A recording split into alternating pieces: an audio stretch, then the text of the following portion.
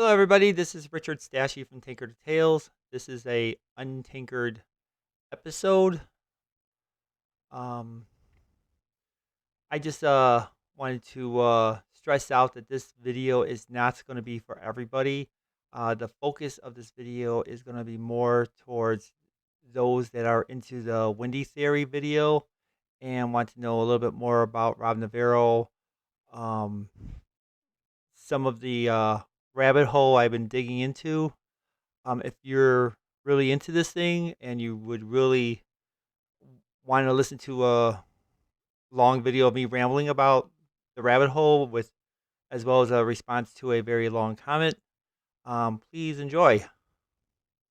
I just wanted to bring that out of the open before you guys listen to me ramble. Thank you.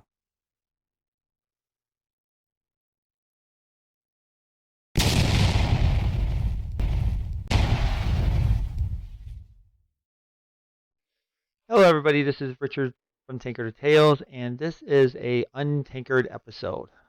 Um, I don't really know for sure what I should define or how should I define an Un-Tankard episode. Besides, I do not have a tankard in my hand, and maybe I'll come up with more of a description for that later. Um, Not to mention, this is just myself in this episode. Um, my wife is on the sidelines at the moment, so let's begin. All right, I want to talk about this very long comment that I've received from my Wendy Theory Cannot Be Debunked video. This comment was over 1,000 words long, and while I was adding my own comment to the person's response, I almost added almost two more additional 1,000 words to this comment, and I'm not even halfway there. And I just feel that my comment is my response to his comment is going way too long, and I feel like this is might be better if I just did a video. Unfortunately, I feel that this might also be a really long video um, because I have a tendency of rambling way over what I'm trying to focus on. But I'm going to try to stay focused on this. Now, what's interesting about it is that this person does have a pretty decent theory, and the argument is basically using a visual representation of what's happening from one scene and how it is explained to another scene. And I feel like this person is kind of pull punching, um, using the idea of visual representation to make sense of some of the scenes, but also not using the visual representation for the other scenes. And it's either to make it's either that this person is not really thinking too deep into it because I feel like I really fell into this rabbit hole. I'm so far deep into this rabbit hole. I am I feel that I'm like way past the center of the earth at this point.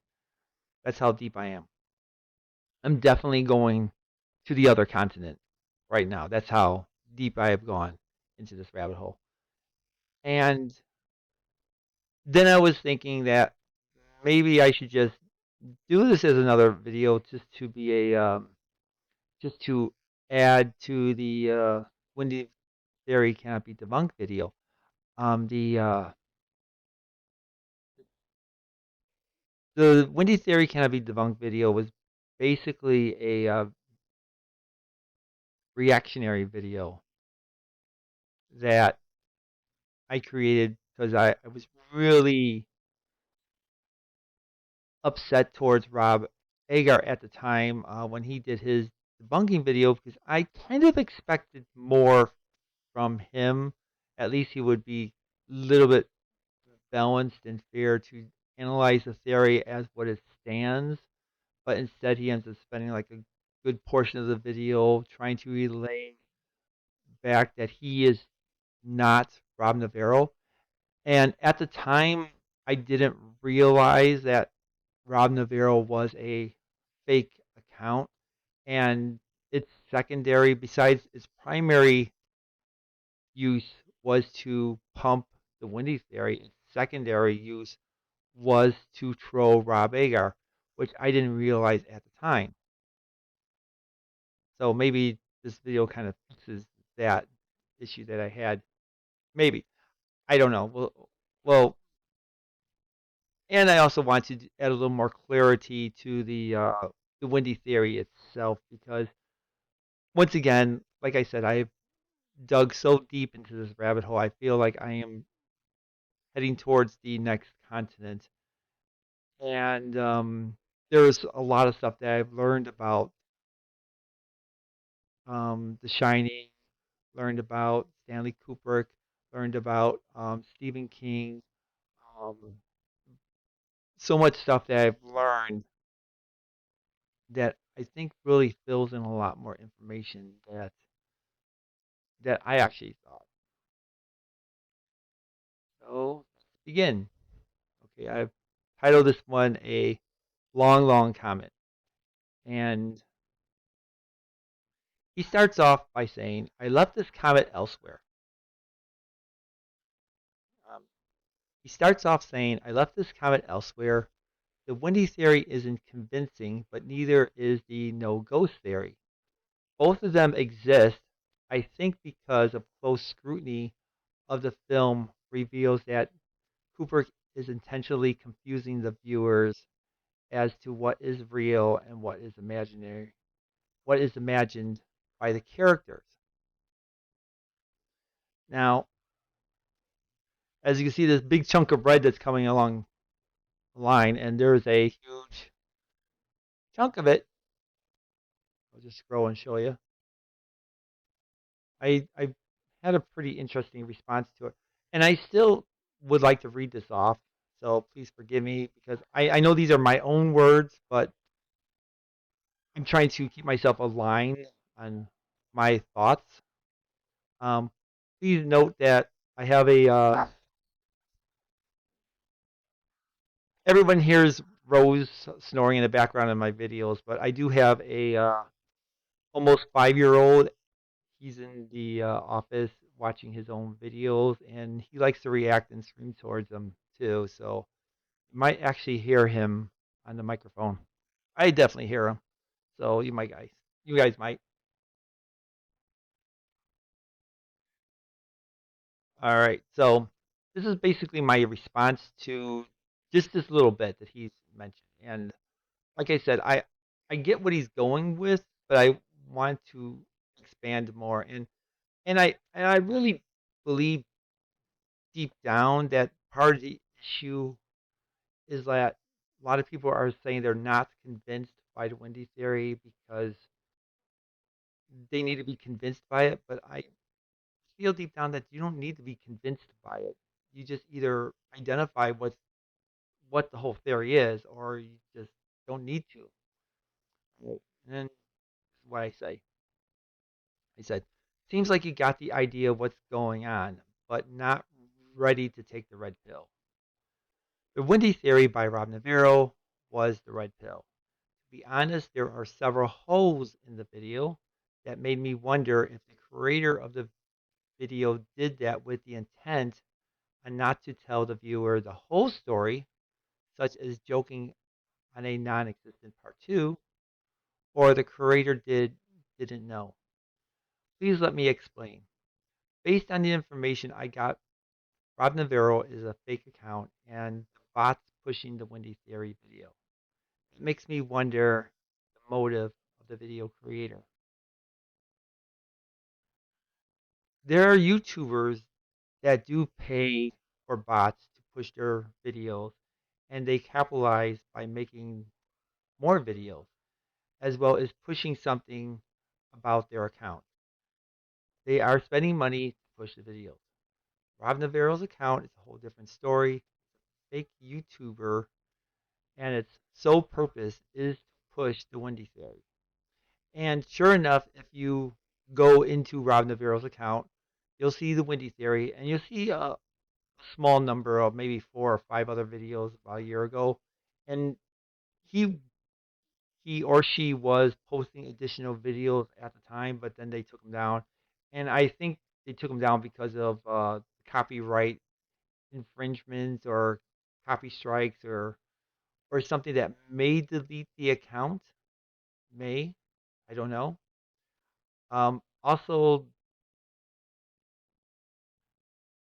Also, I don't think it's being pushed by robots anymore now.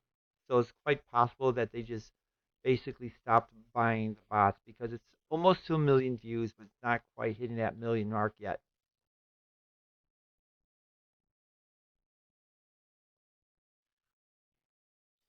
All right. Continue on to what I said. Um, the Wendy theory, the Wendy theory video was made 1 year and 1 day after the official release of Doctor Sleep, the movie. So it looks like the Wendy theory video was made to counter Doctor Sleep, and this I strongly believe that's the whole point of the video. Okay. While I was talking to Rob Ager in his debunking the Wendy Theory video, I was under the name of Richard Stashy. So if you drag through those comments and find them, you will also find Rob Ager accusing me to be Rob Navarro. I am not Rob Navarro. I kind of wish I was. I would love to be the person that created this video, the Wendy Theory. Although I think if I actually created the Wendy Theory video, I would actually add a lot more to this, which you'll be hearing me read about too. Um, okay. Anyway, I learned that the information from the Wendy Theory video went over his head. There was stuff about the video that seemed somebody knew more about the movie as if the person worked on the movie. And that Rob Navarro, the fake account, was also trolling Rob Agar. The huge info drop that got a lot of people, especially Rob Agar, was the missing light fixture in the small hallway in the room that the Torrance was staying. All right, in the scene, you'll see that there is a light fixture and then there's not a light fixture. I These are one of these things that makes me think how the stuff is planted because this actually had to be installed into the ceiling. It's not like something that's not installed. And I feel that like lamps that just been moved from the table and off the table, or rugs that's been moved, or chairs that have been moved, is a lot different compared to fixtures and light switches and stuff like that. Now, my theory is that Vivian Kubrick, David Lynch, or Ryan Obermeyer, Shelley Duvall's friend, created the Rob Navarro count and the Wendy Theory video.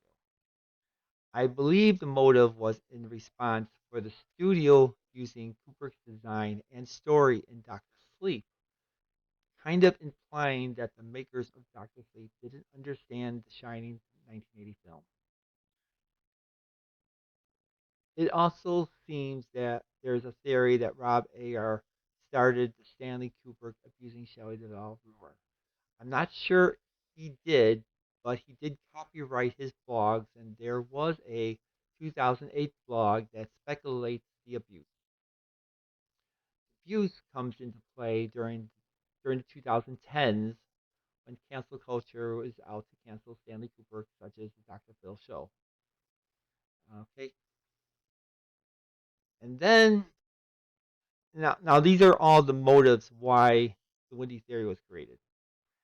And then we have Stephen King, who talked crap about The Shining back in 1978 while the movie was in production, and he was forced to silence his opinions about The Shining in the 1990s, as well as pay Stanley Kubrick $1.5 million dollars for the rights of The Shining that he could do his miniseries. Think about that, spending $1.5 million dollars to regain the rights of the stuff that you owned one time ago. King was not happy about that, and after Kubrick's death, Stephen King talked bad about Shining and Kubrick, and he's been doing it for over 20 years.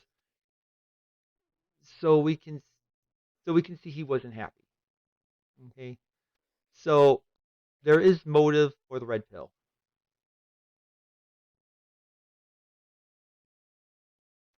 The red pill is learning that The Shining was being told by an unreliable narrator. In The Shining, the narrator is the cinematography. Scenes in the story tells you when something is real and something is off. The holy grail of the deleted ending would verify the Wendy theory without a shadow of a doubt.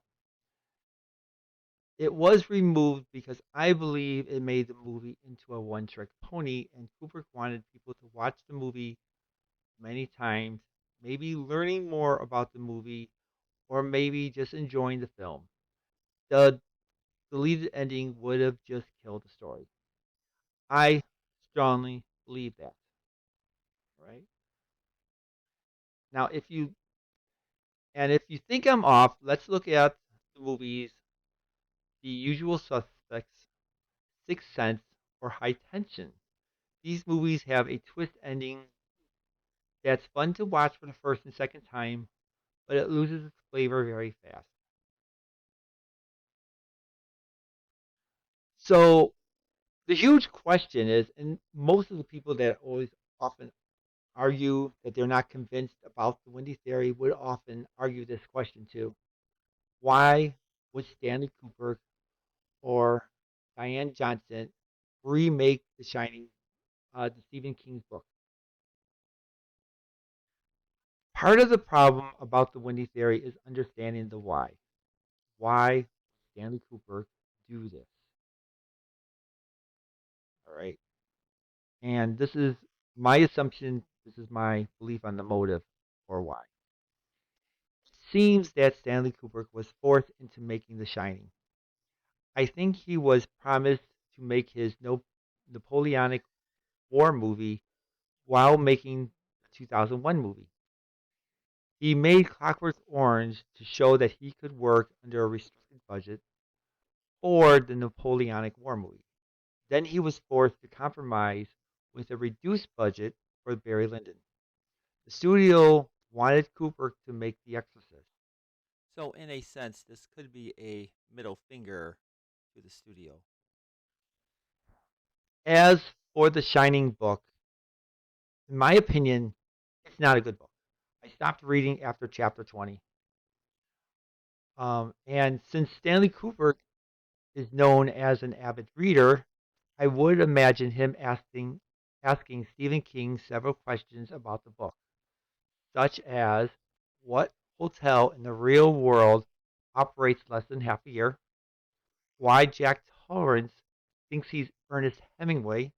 This is in reference to Jack thinking that he can blackmail his writing about the Overlook. I This is the reason why I stopped reading after chapter 20, because as a writer, I feel like this is an insult to my intelligence, because I know that when you're not a well-known writer or not a known writer, you don't have this ability to be so ballsy about like, oh, I'm gonna write about something because and I know that people are gonna pick it up.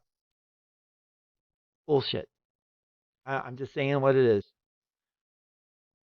and I really think if Stanley Cooper is as well read as I believe he is, he would have picked this up and asked Stephen King a similar question like I'm asking. And then the other one is like, why does it take a very long time to snow? And it's like almost a month that goes by before it starts to snow. So you're just wondering, like, the hotel shuts down, then it takes a long time to snow, and if you're really putting it into like money wise, there's no money to gain for this hotel. There's nothing. And then something that I've learned during my research about Stanley Kubrick and The Shining and stuff like that is that most importantly, murdered spelled backwards is not red rum. It's rebrum with backwards R's. The sound of the B and the D is very different. And I think Kubrick wanted to point that out too, because if this is based on dreams and this is based on brilliances stuff, you have to understand that if you're looking at something backwards, mirrored off, it's going to be looking backwards. And there's no way backwards D is going to be the same thing as a backwards B or backwards B, backwards D.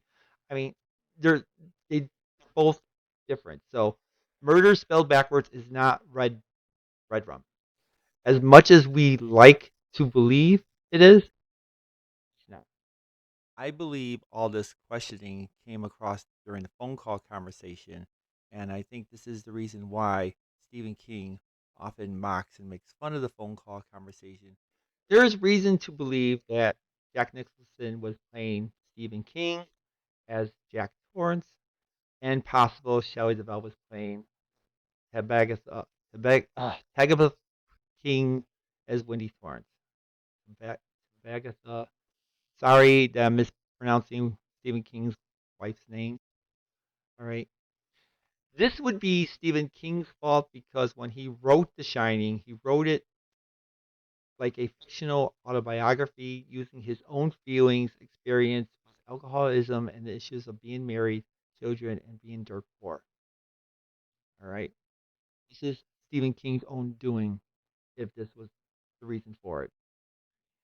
And I think Stephen King took it as an insult. Everything, the questions, the way how the characters were set up. I think he just took it as an insult. All right. A little reminder though, Stephen King had a alcohol problem before writing The Shining. After all, King admits Jack Torrance is based on the issues with alcoholism.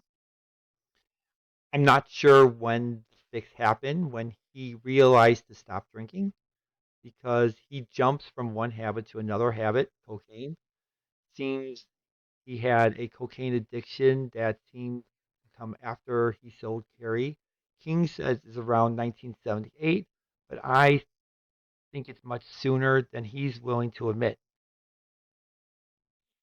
I have reason to believe that The Shining was written before Carrie. King tells us that he wrote 3 novels before Carrie. If you look up King, you might find one book written before Carrie and a questionable book when he was 17 years old. No information about it. There's a big chunk of short stories, and I do not consider short stories a novel. And I don't think King would consider short stories as a novel either. Okay. I also want to say I have reason to believe that Carrie was written by Tag by Stephen King's wife, Tagatha King.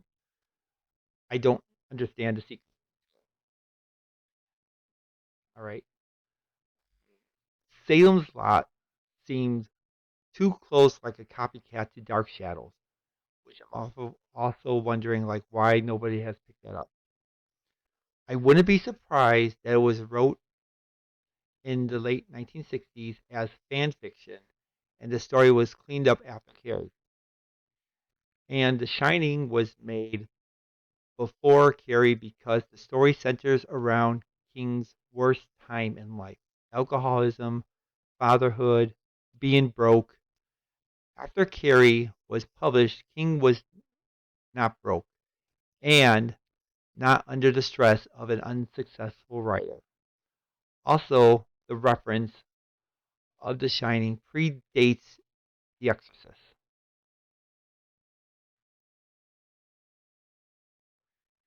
King claims he stopped doing cocaine in 1986 or 1987 ish, and that's when he lost his unibrow.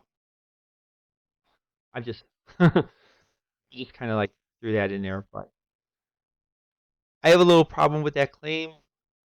You just cannot do cocaine from 1978 or earlier and stopped in 1988 ish without rehab, especially if you're so high on cocaine you don't remember writing Cujo or that you need cotton balls up your nose to stop the bleeding on a typewriter.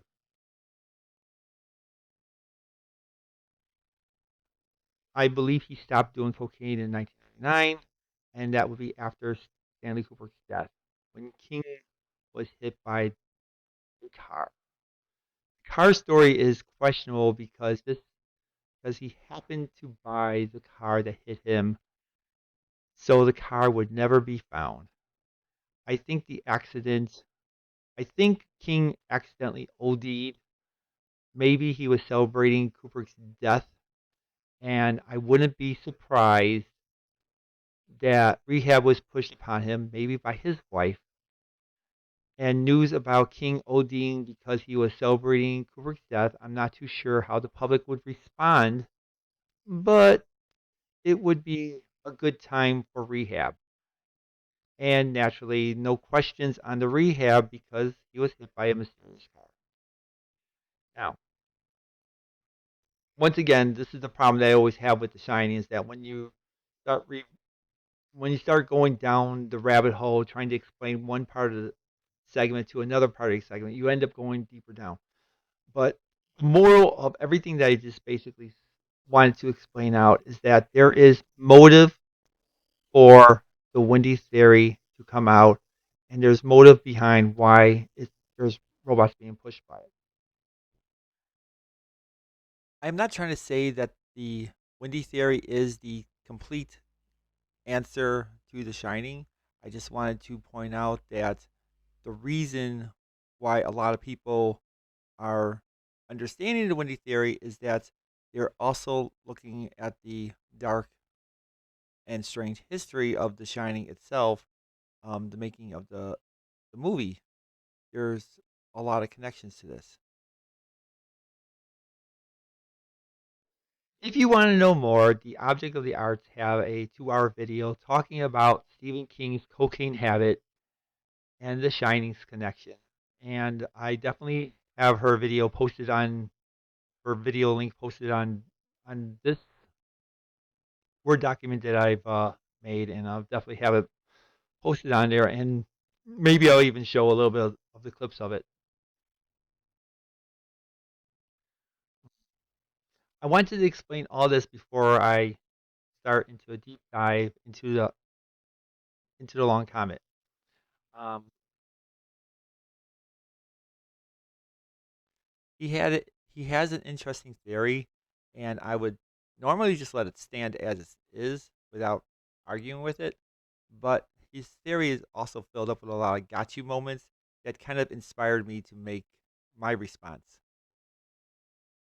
Why doesn't Jack run in terror when the ghost appears behind the bar and starts talking to him? All right, and this is what I end up saying. I says this is a this is an assumption based on Jack's character. Maybe he noticed the ghost. The scene starts with his hands over his eyes. He pulls his hands away from his opened eyes, and a short pause. He sees something, then he says, "Hi, Lloyd." Okay, it's quite possible that he could have encountered the ghost before. It's quite possible that this could be his imagination as this guy is going to be talking about as if. And it's quite possible that there's other things to this too. So I'll explain more as we get deeper into this. He then says, because to Jack there is no ghost. He's just imagining a bartender while looking at himself in the reflection of the mirror behind the bar and talking to himself. And then I end up saying, I've always assumed that Lloyd was a generic name like John, Tom, or Dick. Um, but what is Lloyd? Is he a ghost or is he Jack's imagination? Or Jack clearly doesn't believe it's a ghost. So why do we believe it's a ghost? It's immediately after his first scene where he talks to Lloyd that Wendy appears and tells him about the crazy lady in one of the rooms. My response is Lloyd could be Jack's imagination, and Lloyd could be a ghost. Also, the gold room might not actually exist. Therefore, there is no conversation happening between Jack and Lloyd. The red pill, the more you watch the movie, the more you'll see the lies in the story, the unreliable narrator. Once you start seeing the lies, you will notice that the gold room doesn't really exist. So, so where is this conversation happening? And I believe it's happening in somebody's head, Wendy's head. When Jack goes to investigate, he sees a sexually attractive naked woman. Again, he doesn't run screaming from a ghost. And I do have a little issue about this entire thought process that when people see a ghost, they should stop, drop, and roll, or run and scream away. I feel like that's kind of like Scooby Doo ish.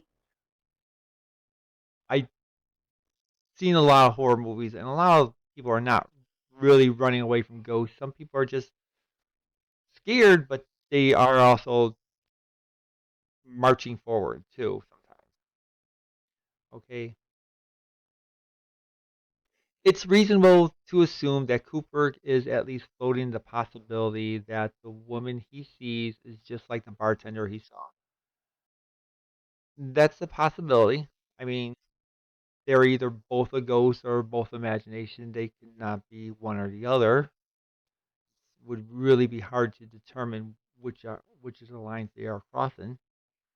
Um, According to him, though, he believes both are just imagined by Jack, and for the same reason, he loved it He loved it if the bartender had served him whiskey, and he'd love it if the beautiful woman in one of the rooms, because he's sick to death of his wife, and he regrets the burden that frustrates his ambitions in life.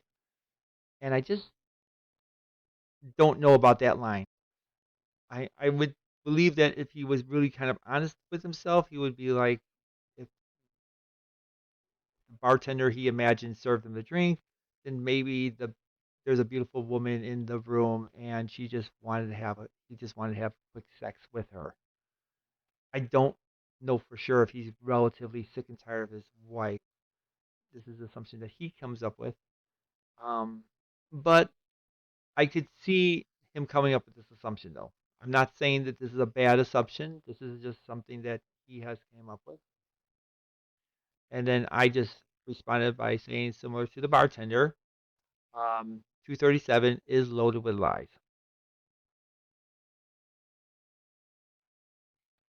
Then he responded by saying, when the woman turns into a zombified hag and he stumbles away in terror, what are we supposed to think happened if that woman, like the bartender, was just a visual representation of of his internal dialogue? All right. And then I said, okay. And this visual representation would come up numerous times as this is what the guy's really trying to argue. And I get it. I mean, if you want to believe in the Wendy theory, you're going to have to understand the whole entire point of the visual representation of stuff that's going on. Okay. Um, he then says it could be that he imagined a woman and then remembered that he's stuck in a marriage with a woman he resents. It's a visual representation of that. And then I responded, if you're willing to open your mind to this perspective, then why not dig deeper? Take the clues that we were shown or shine and put them into use. and then I will really explain it very, very soon. Okay, and then he ends up saying that if we think it's literally happening and he's actually seeing a woman, then how do we explain his response to seeing her? I guess he is nuttier, who is off his guard and decides to get it on with a crazy woman because of reasons, but is less plausible when we put this scene into context with the Lloyd scene immediately before it. Now, this is the this is the little thing that's going in the back of my mind. I'm kind of like a little bit laughing a little bit because I feel like this guy kind of gets it, but doesn't want to get it. He knows there's something's off with his own little theory he has. And like I said, I don't have an issue with his theory, but I feel that he's actually pulling a punch and he needs, not that he needs to go through it. I think he's just going to be going back and forth on his idea about his theory for a long time. And it's frustrating. It's frustrating when you have like these ideas of what these things could be or what is a possibility. And then you're just like, well, maybe it's something really more complex. Maybe it is about the fake moon landing. Or maybe it is that, I don't know, let's dinosaurs. It's talking about the underground dinosaurs or something like that, or even the Indians or the Holocaust or something. And I feel like there's a lot of red herrings, which is really kind of funny. And I'm hoping that Miss M picks up on this because I know that she ends up talking about the red room, red rum, and I feel like there's a lot of red herrings, red, since it's the thing about it, the red herrings of stuff in The Shining that throws a lot of people off. It does. And I think everyone is focused on the red herrings a little bit more than what's going on. So this is my response to the this little thing he wrote down. It's basically building up. I was basically building up this little response based on everything that he was writing down in this paragraph of his. And then I said, let's look at 237 and the concept of visual representation. Wendy was taking a bath in 237 and Jack was Danny. Danny didn't like his mother's advances and ran away. Or maybe he never ran away. Maybe she hurt the boy or killed him. The visual representation would be based on the clues that we see sprinkled throughout the movie. All right. So how do we support this theory? Okay. Now, to be honest, those that have read some of the stuff that I've been posting in responses and stuff, I do believe some parts of the Wendy theory, but as I said before, I do think that the creator of the Wendy theory video purposely held back information, purposely didn't want to disclose all the stuff, and I kind of lean towards that the creator of the Winning Theory is Vivian Kubrick more than anything else, and I can understand her anger. I mean, Stephen King has really been m- mocking The Shining and the works of Stanley Kubrick. Then the studio comes out with Stephen King's Doctor Sleep movie and then incorporates The Shining, Stanley Kubrick's version of The Shining, into it, which Hollywood seemed to be unnecessary doing. What they should have done, if they really thought that Stephen King's work was so damn good, they should have just remade a movie version of The Shining, just like they did with It, and then make Doctor Sleep, which I don't understand what is wrong with them because this would be a multi-million-dollar thing and less effort on Hollywood's end in trying to incorporate stuff that Stanley Kubrick have done in 1980. Would it alienate some of the fans of Kubrick's movie? I don't think so. I think fans of Stanley Kubrick's movie understand pretty much that The Shining in the movie is not Shining in the book. I just think the huge issue is the Stephen King fans of the book that don't understand connection with the movie. And those people, those fans, really deserve to have Stephen King version of the movie version on the big screen, not the Stanley Kubrick's version. So anyway, I'll go with now. Like I said, this is the problem that I have with The Shining because I jump from one part of the rabbit hole to the other part to explain things, and then the video gets really long. So anyway, how to support this theory? And like I said,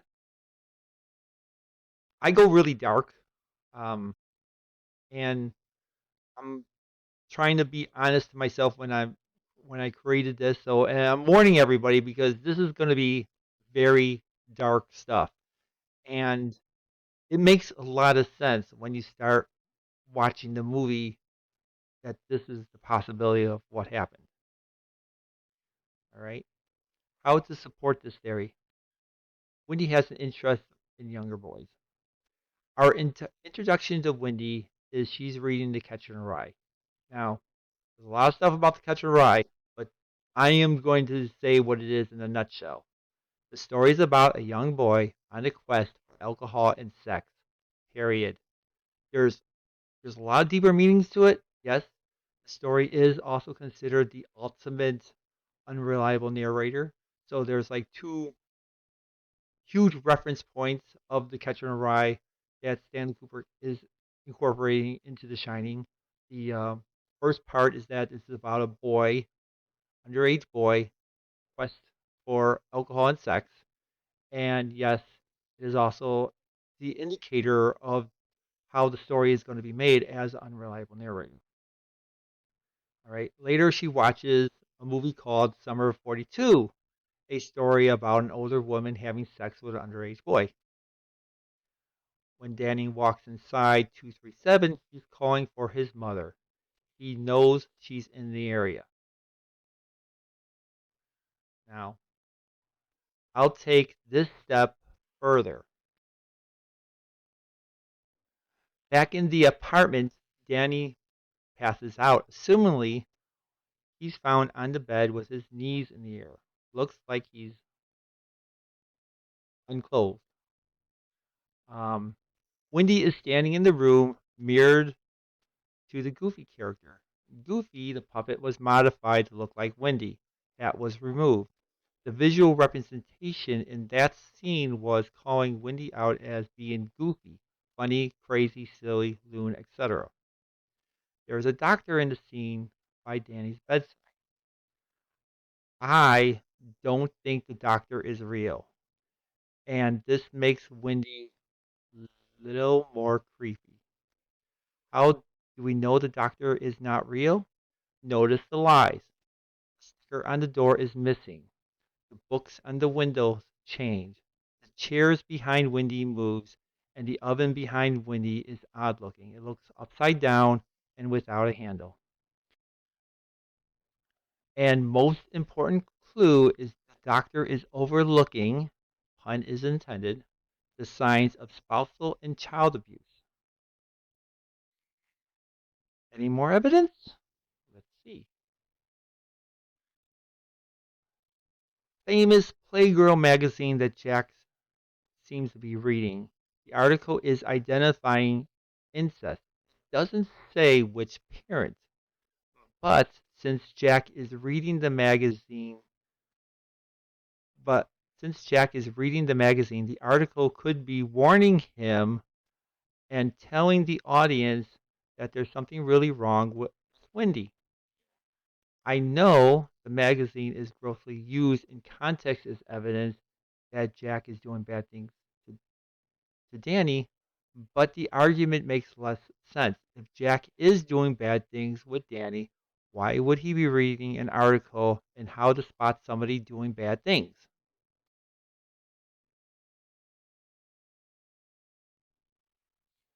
After Danny's encounter in 237, he seems to be walking somewhat comatose. It was said that a doll was used as a stand in for the film because of the intense situation. And you could see Wendy holding the doll. And because Danny, the doll, is very stiff, it looks like Wendy is holding a corpse. Basically, after 237 scene, um, we don't get much from Danny. He is in full Tony mode. But how can that be? Why would Jack be in the gold room if Danny died? The movie has shown us many times it's not filming things in order. Case in point, the scene we learn about the maze, the scene jumps from Wendy and Jack in the second floor apartment bathroom. The four people walking along the side of the maze, walking away from the maze, two walking towards the garage, and then suddenly down the hallway to the gold room. This is not a correct order.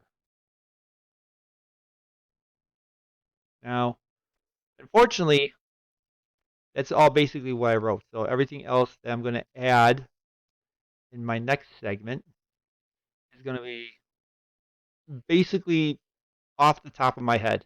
I'm going to try that. This next paragraph of his says, when Jack returns to the apartment and Wendy asks him if he saw anyone, he says no. Why does he lie about it? It could be that he's tried to sleep with a crazy woman and turned into a zombie hag and probably did not want to tell his wife this.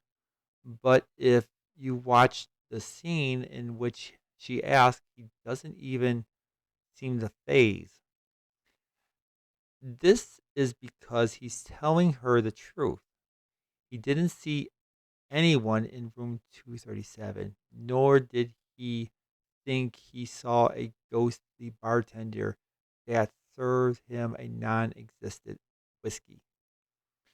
Now, this could be possibly really right on the money here, um, even for the Wendy Theory standards itself. I mean, as I pointed out with my amazement on Images 1972, which I highly recommend any fan of The Shining. If you really want to understand The Shining, you need to watch Images 1972. And I strongly believe there's a lot of information that was incorporated into The Shining. And most importantly, what's going on in Images is that there's something going on with the lead female where she's seeing all this stuff happening. She's interacting with these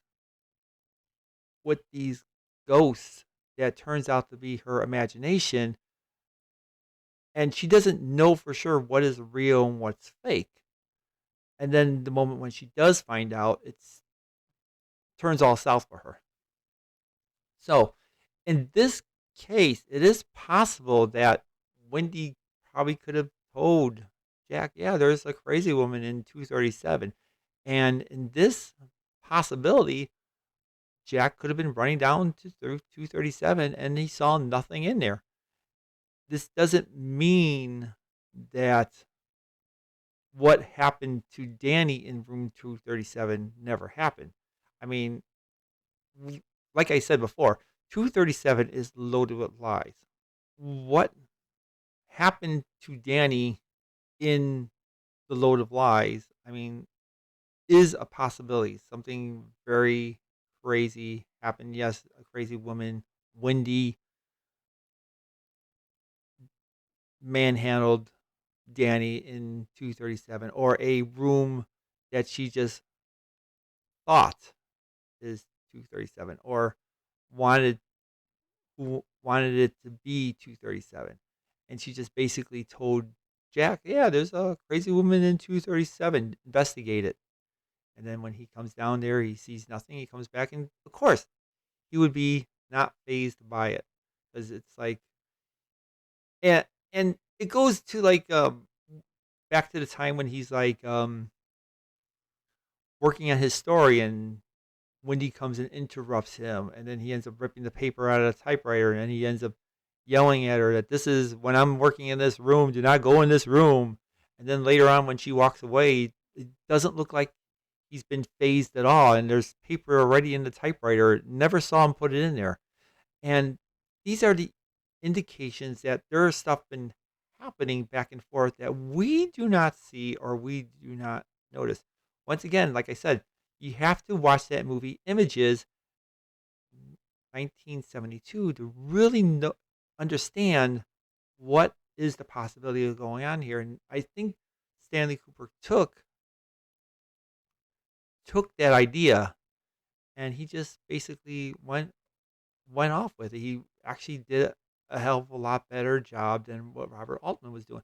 But then again, that's the way how movie making is. Is like someone comes with an idea, and someone just improves upon it, and they improve upon it, and it goes on for years. And as much as a lot of Stanley Kubrick fans want to credit Stanley Kubrick of being a super genius, it has been known that Stanley Kubrick has been taking advice from other filmmakers, and he also used other materials from other filmmakers while doing his movies. And not to say that he's not super mega talented or something like that. I'm just pointing out that yeah, he's very brilliant, but he also knows that trial and error is also very essential. And what he sees what works in one movie and then ends up incorporating into what works in his movie and then improves upon it makes it a better film. So what I think Kubrick is doing is suggesting that there is just visual representation of Jack's internal dialogue. There is further reason to think this because it's a parallel to his son's imaginary friend Tony. Lloyd serving up imaginary drinks.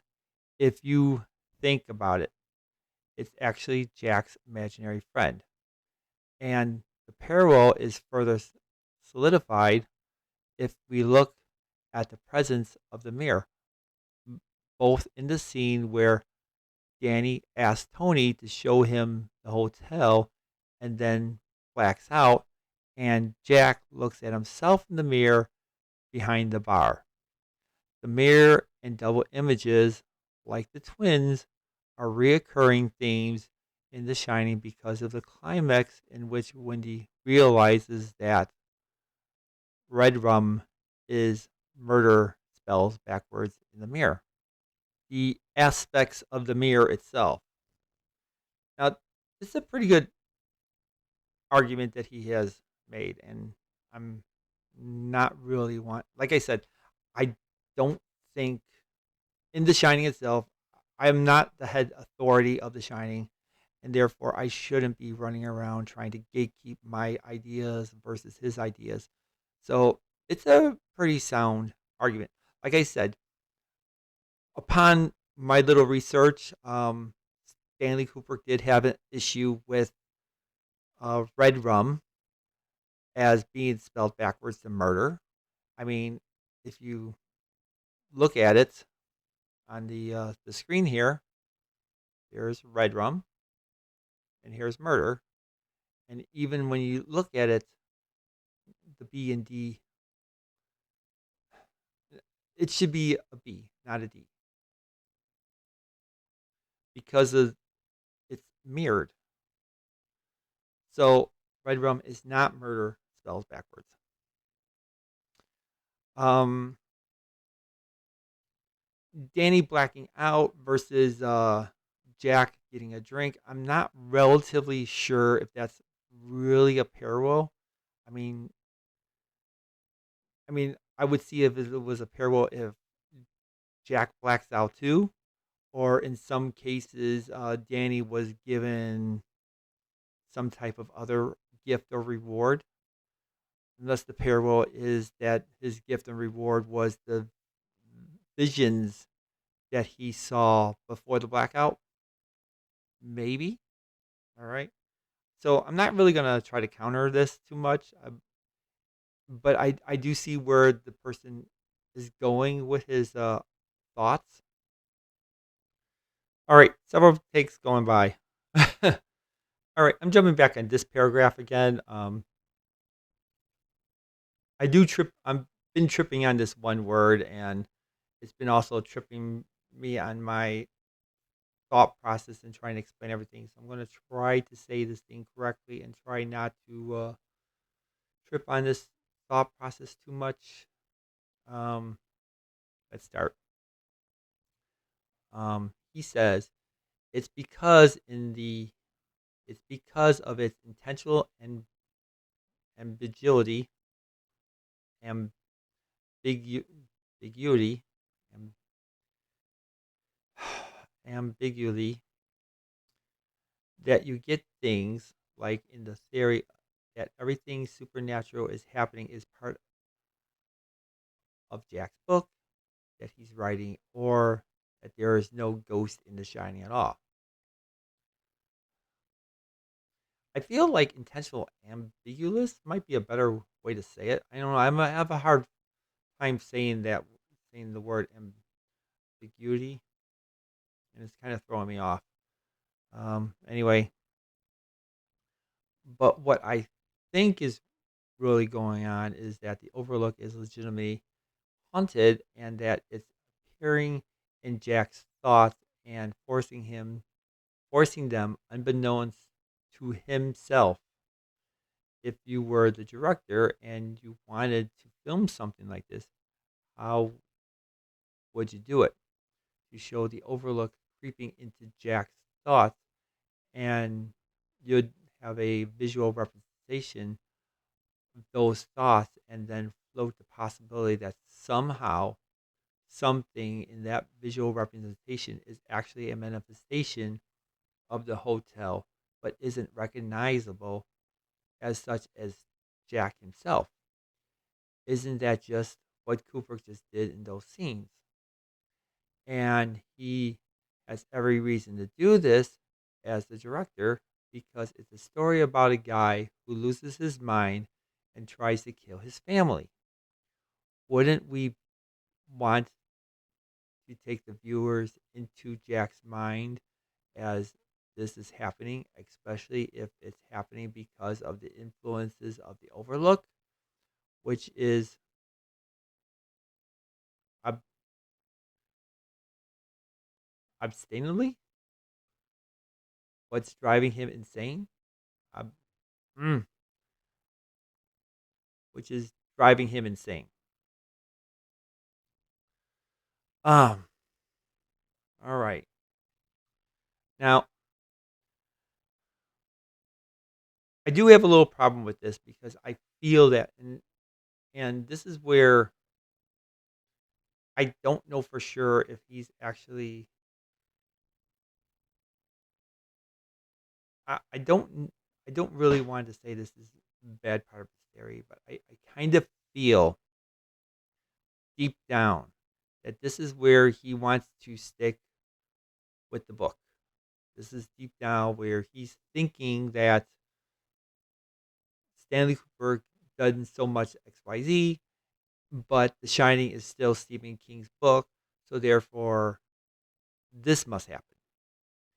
Um, Shining is Stephen King's book, so the place has to be haunted. Um, Jack has to be of the center character of the story. Jack has to want to kill people.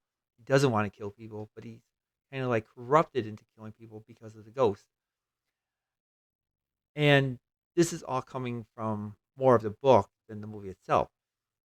If you take the movie without any information, if you withheld information that The Shining is based on Stephen King's book, if you withheld information that Jack is going to go running around wanting to kill his family, and you watch the story as it stands, um, as it is, there's no real indication besides what Stephen King have said, but there's really no indication that Jack is crazy as a loon.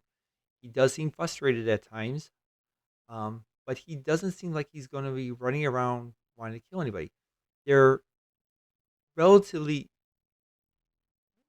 I mean, so like I said before, when you watch the movie for the first time, thinking that is a supernatural story or thinking it's connected to Stephen King's story, you will really see it as a supernatural story. But when you watch the movie more and more and it grows on you, then you really recognize more of the scenes and then know how some of the things are out of place. And then you start questioning some of these scenes, and then you'll find out that you'll be questioning the story itself, which is great. And this is the part of the paragraph that I really think he's wavering. He wants to believe that his idea of his theory, but he still wants to believe that somehow Jack is still the center of the story. And sure enough, when you watch the movie later on, and guarantee that after listening to my long ranted video, if I ever get to post it up there, you'll notice that when you really identify scene by scene by scene by scene what happens, you'll see for yourself that the real center of the story is not Jack.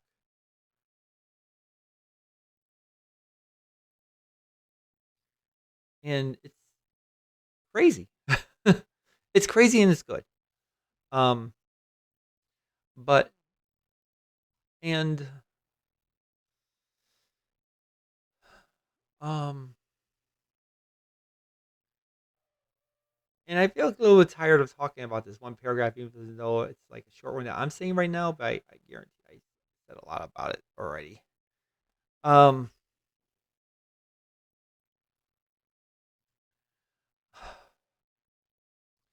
I think the other issues is that everything is supernatural is happening is part of Jack's book idea story. I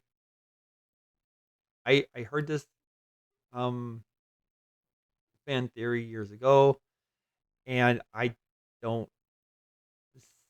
see it. I think this theory is more created for those that read the Shining book, that loves the book and loves the movie, but trying desperately, really hard to find this little connection to to the book and the movie. And I feel that Jack writing the scary story book, and we're seeing it from that perspective, is kind of like the thing that these fans are looking for. And I feel like if this is what you really like, take it as it is. Okay? Run with it. Enjoy it. Unfortunately, Hollywood dropped the ball. They had they could have, they should have remade the Shining movie, just like they did with it, and then insert Doctor Sleep using all the fresh references from the new Shining movie. And they could have done it without really using much of Stanley Kubrick stuff. I mean, I would imagine that maybe the only thing they would use is like the rug print, but and that's basically it. And they just follow along as they go. And sure enough, they dropped the ball in making a lot of money on this, unfortunately. But for those fans of the book and the fans of the movies, yeah, enjoy that fan theory. I would say yeah, but do I believe it is a possibility? No. It's more work on my end to see this as a book that Jack's writing. Unfortunately, um, the is the place actually haunted, and it's luring Jack into doing bad things. Like I said, when you watch the movie for the first time, yeah, it seems very, very haunted. But later on, when you watch the movie, it doesn't seem that haunted. And the killer is not the hotel for this. The killer is not what happens throughout the hotel. The the dead giveaway um, is everything that happens in the apartment that Wendy and Danny is in while Jack is going for the interview. This is and it's really crazy, but I've spent so much time looking into those scenes because I just wanted to make sure, like, is it really true? Is it possible that Wendy is crazy? And when you really focus into those scenes and notice things like, oh, there's like windows in three directions of the place, and it's impossible because that would make this place very, very small. To like, oh, that looks like an upside down oven. Oh, why is those books moving and no one's touching it? Oh, the chairs are moving, no one's touching it. And when you notice these things that's happening throughout the story, or how Wendy just magically has cigarettes appear out of her hands, or how she's trembling, you could see how she's nervously talking to this doctor about abuse, violence, and the doctor's just like, oh, batting an eye, nothing seems wrong. Everything is perfectly fine with Danny. He's perfectly okay. Every boy passes out. Every boy has a imaginary friend that lives in their mouth. Every boy has this. No, not every boy has this. It's just that this doctor is not real. This is a manifestation of Wendy herself, and that's how I see the story.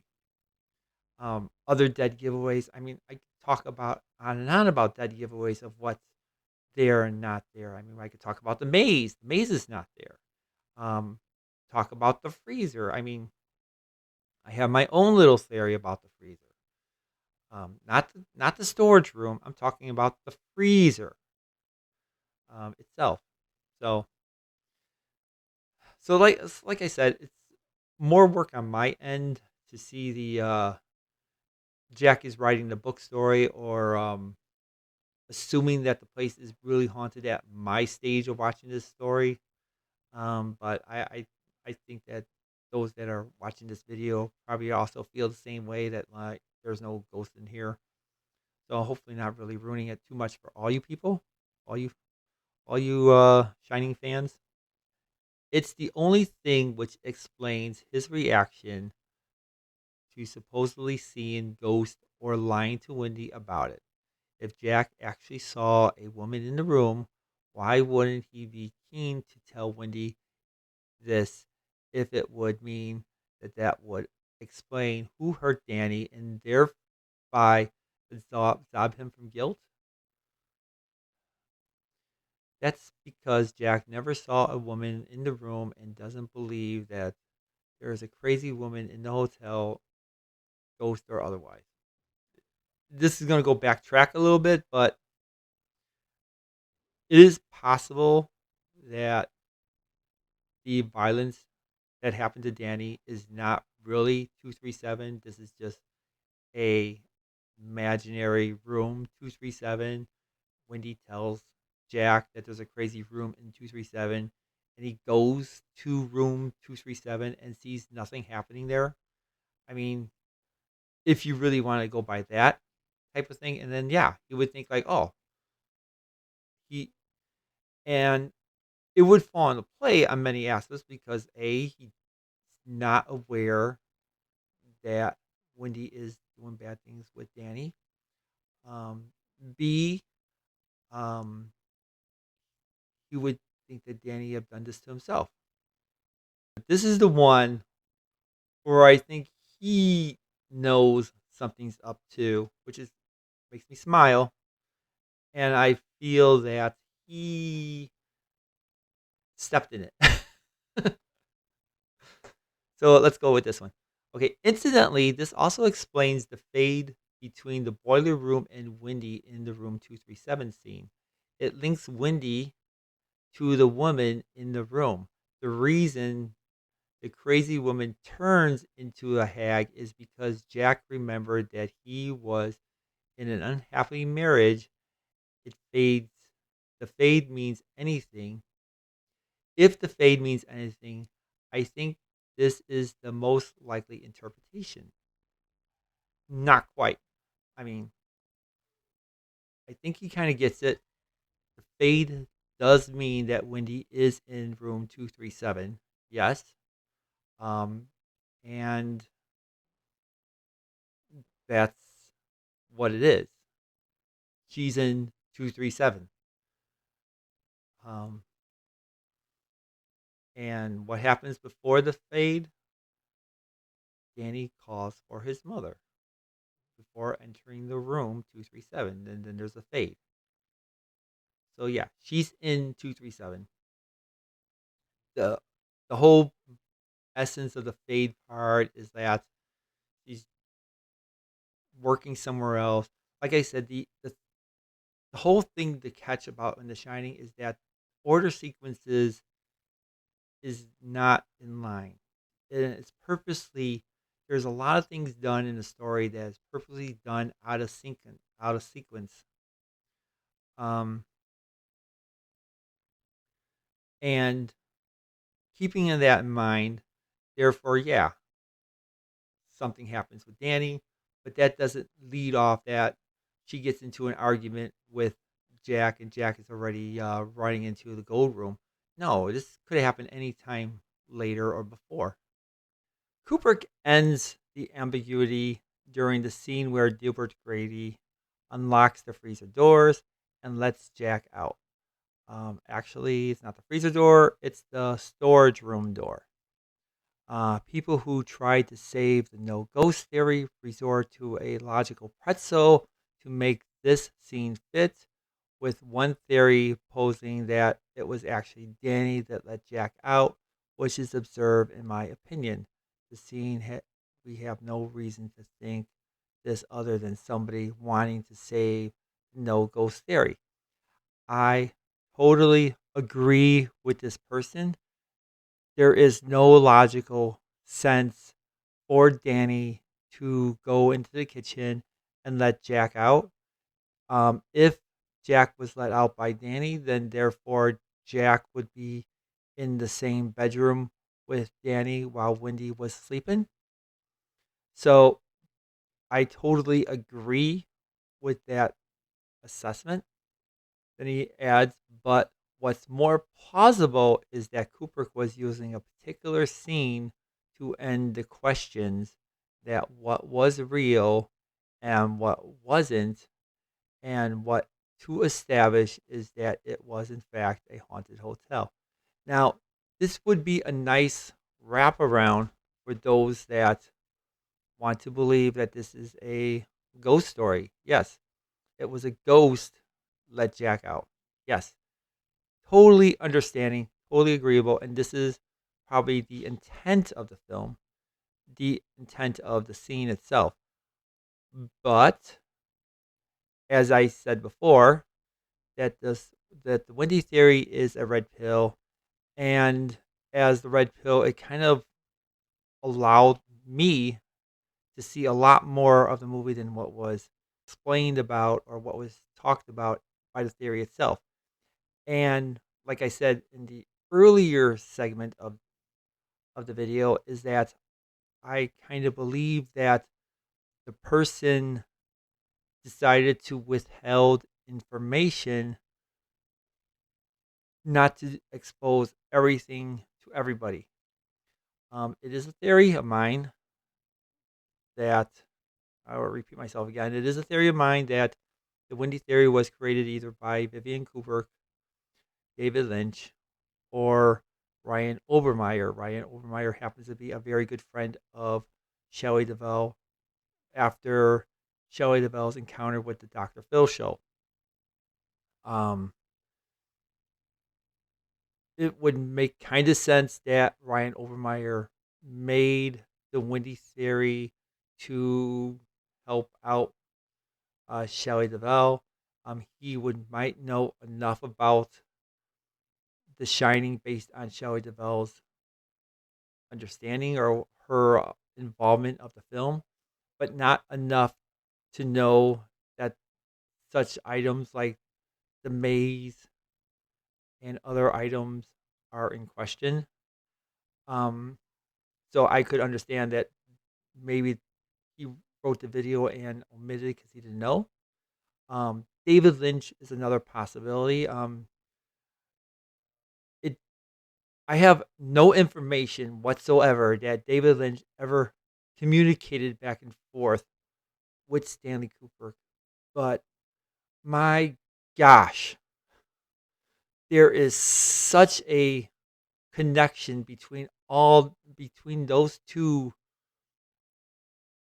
directors. I mean, I know deep down that Eraserhead was a very strong influence to The Shining.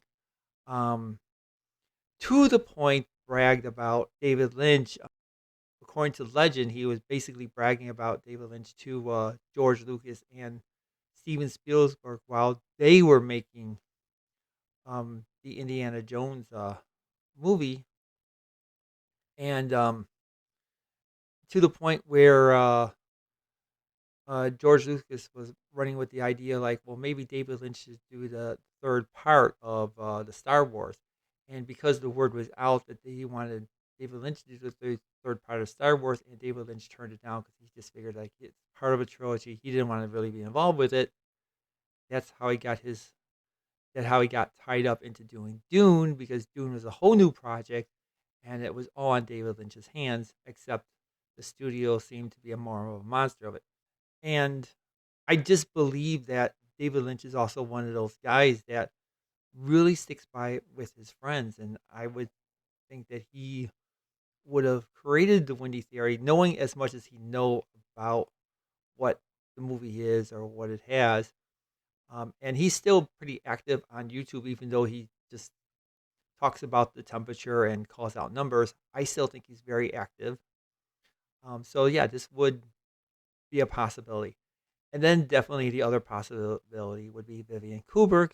Although I strongly believe that she not only knows a lot about what was going on with The Shining, but I wouldn't be surprised that she was also helping Stanley Kubrick out with some of these ideas and stuff to use, all the switcheroos and everything else that they were playing around with. Um, Definitely what was involved with The Shining is definitely a group effort. I do believe that Shelley Duvall knows completely what was going on. I do believe Jack Nicholson knows completely what was going on. I will even go by and think that most of the cast pretty much knows what was going on during the filming of The Shining. No one was really kept in the dark here. And it would totally make sense because it would be really hard to keep people in the dark and like say like, oh wait, we gotta cut this and add lights and stuff like that. And it totally makes sense when there's a good number of scenes.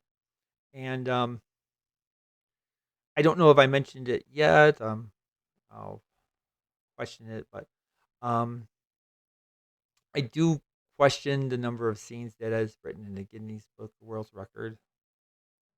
Get more into that later, unless I already explained all that earlier. Um, so, so the question comes to mind is, how did Jack get out of the storage room?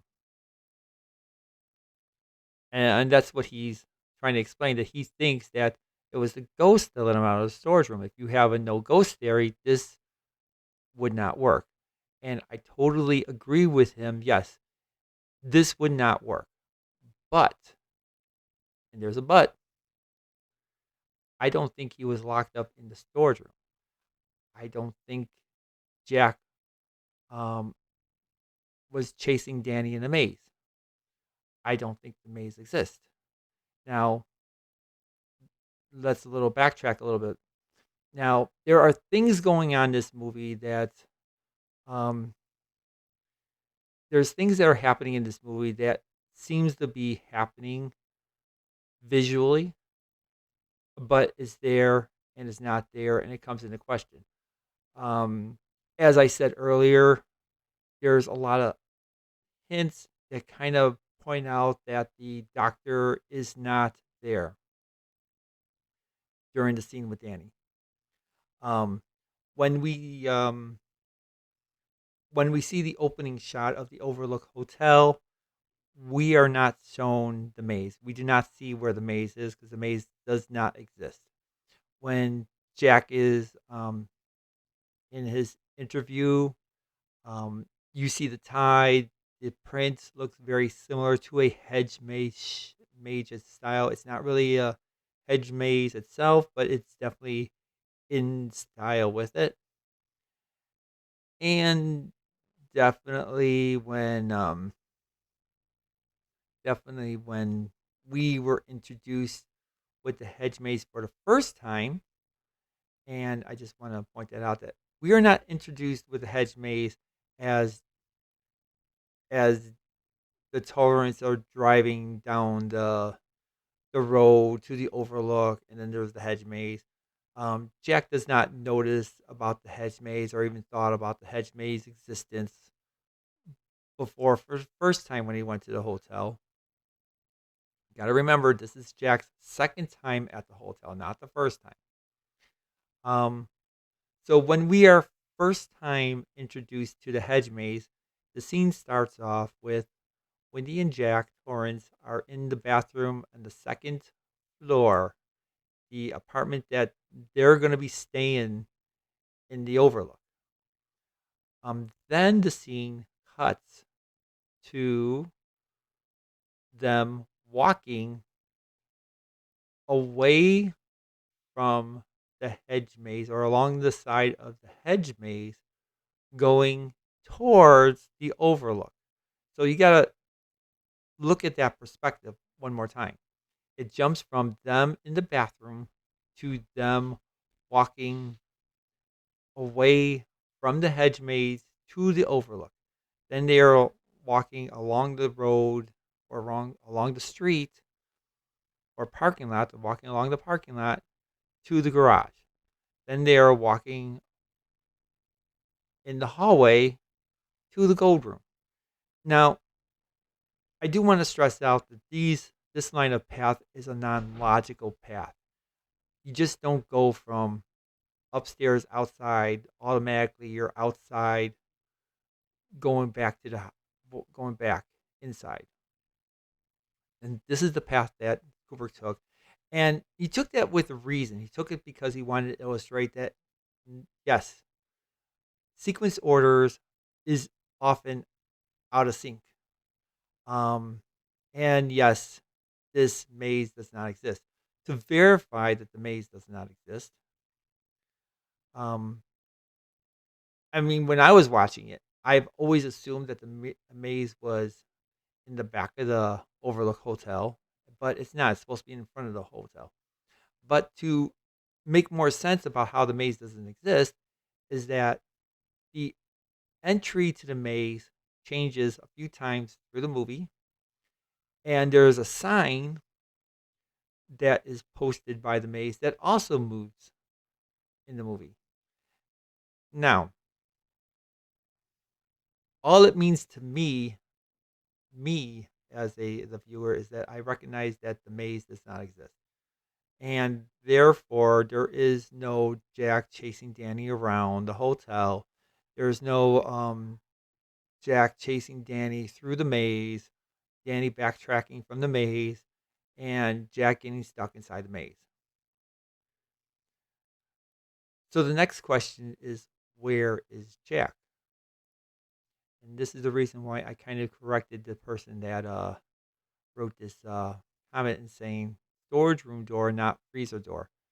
All right. In the introduction of the freezer, when Halloran's walking in the kitchen with Wendy and Danny, and he opens up the freezer door, and then he starts showing them all the contents inside the freezer, and he's talking about them. And then when he closes the freezer door, he closes the door on the other side of the hallway. We never see the freezer again, but this is a clear indication that these doors are so similar to each other that it doesn't matter which side of the hall you're on, they both look the same. Now, the point that I'm trying to make is that the freezer doors are very similar to the storage room doors. So we take into account that a lot of the stuff that's going around happens to be in Wendy's head. She is definitely hallucinating a lot of things and also getting confused by that. In that account, when she takes the baseball bat and whacks Jack over the head and knocks him down to the ground, she drags him through the kitchen and into the freezer door, opens the freezer door, throws him in the freezer, locks the door, and that's it. Her mind thinks that she's put him in the storage room. But in reality, she put him in the freezer. And Jack froze to death in the freezer. What would verify the possibility of this scene, and then once again would end up making it into a one-trick pony, is the deleted ending. As the deleted ending goes, Omen visits Wendy in the hospital and then tells Wendy that no damages were done. Doesn't really say much of anything else, but keep in mind that he says no damage is done, although he also says that they're still looking for Jack. So it does run into a question as what happened to Jack afterwards. We don't really know, but no damage is done. So therefore, there was no hatchet going chopping down the door, and there's no Halloran getting killed. I have a lot of other thoughts going on with The Shining itself as well. So my own answer, even though I'm explaining it as I'm explaining it out, is not totally definitive. There are other avenues I'm looking at. So therefore, I myself is not really saying I am 100% correct on everything, but this is how I see the movie is. All right. Some of the many theories that I'm coming across with and possibilities is that this is like a split personality ordeal going on here. And then another one which I'm trying to explore is this Wendigo theory, which kind of mirrors off on Wendy itself. All right, but I just wanted to end it as like I'm not relatively trying to say that his theory is a bad idea, but I do think the way how got you his gotcha ending is like, well, if you believe that there's no ghost, then why would you believe that Danny would open up the door to let Jack out?